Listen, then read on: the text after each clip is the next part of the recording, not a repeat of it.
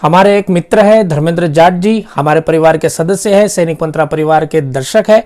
इन्होंने हमें ईमेल करके आज की यह खबर भेजी है और रिक्वेस्ट किया है कि सर आप इसके ऊपर डिटेल्स वीडियो बनाइए ताकि सभी को इस खबर का फायदा मिले और सभी को इसके बारे में पता चले। तो नमस्कार, जय हिंद। सैनिक मंत्रा परिवार में आप सभी का स्वागत है। दोस्तों, फौजी भाइयों के लिए एक बहुत ही ज्यादा फायदे की खबर सामने आ रही है। मैं आपके स्क्रीन के ऊपर पूरी खबर दिखा देता हूं और इसके अलावा अगर आप इस खबर को पूरा पढ़ना चाहते हैं तो डिस्क्रिप्शन में भी इस खबर का लिंक मिल जाएगा, आप इसको तसल्ली से पढ़ सकते हैं। तो स्क्रीन के ऊपर आप पूरी खबर को पढ़ पा रहे हैं। मैं आपको मुख्य मुद्दे इसके पढ़ के बताता हूं और पूरी डिस्कशन के साथ बताता हूं। देखिए, इसमें लिखा है कि पूर्व सैनिकों को सरकारी नौकरियों के लिए अधिकतम आयु सीमा में छूट को 5 साल से बढ़ाकर 10 साल करने का फैसला किया गया है। यानी कि पहले अगर किसी भूतपूर्व सैनिक को किसी सरकारी नौकरियों में आवेदन करना होता था तो उनको आयु सीमा में 5 साल की छूट मिलती थी, लेकिन अब उस छूट को और 5 साल बढ़ाकर टोटल 10 साल की छूट करने का फैसला किया गया है।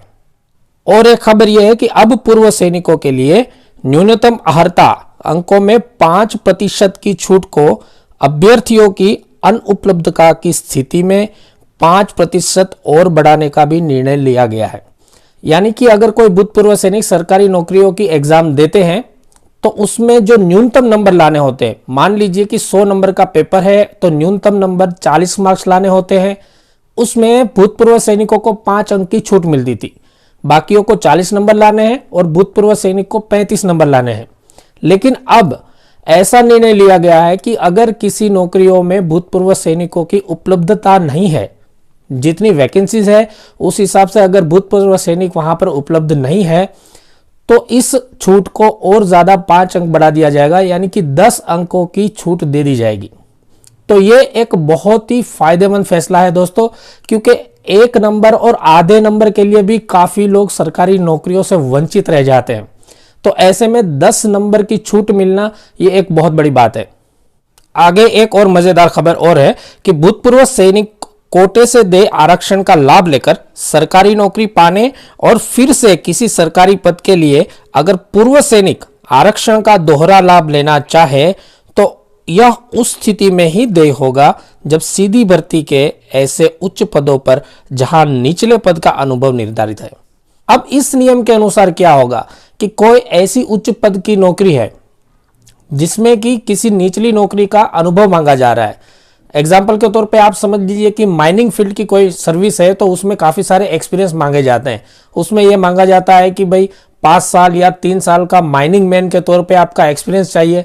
तो ऐसे भूतपूर्व सैनिक जिसके पास उस नौकरी का ऑलरेडी एक्सपीरियंस है, ऑलरेडी वो एज ए माइनिंग मैन के तौर पे एक सरकारी नौकरी कर रहे थे और बाद में माइनिंग इंजीनियर की कोई भर्ती आती है जिसमें माइनिंग मैन का अनुभव मांगा गया है, तो उसमें वो दोबारा से एक्स आर्मी के कोटे का यूज कर सकता है। तो ये भी एक बहुत अच्छा फैसला है सरकार का, जिससे कि काफी भूतपूर्व सैनिकों को जो कि निचले दर्जे की नौकरी कर रहे हैं उनको ऊंचे पदों की नौकरी करने का एक मौका मिल जाता है। और ये सारे फैसले राजस्थान सरकार की तरफ से लिए गए हैं। राजस्थान के मुख्यमंत्री गहलोत की कैबिनेट ने ये सारे फैसले लिए हैं।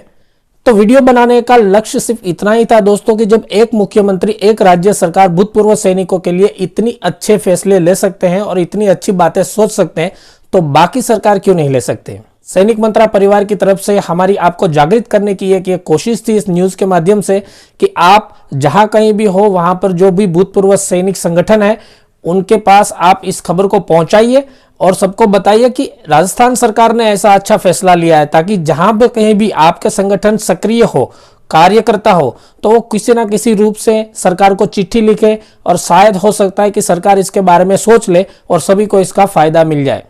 तो एक बार फिर से धर्मेंद्र जाट जी का यह खबर हमारे तक पहुंचाने के लिए बहुत बहुत शुक्रिया। अगर आपके पास भी ऐसी कोई खबर है जो सबके लिए काम आ सकती है तो आप भी हमें ईमेल कर सकते हैं। इस वीडियो में बस इतना ही, बाकी हंसते रहिए, खुश रहिए, मस्त रहिए। नमस्कार, जय हिंद।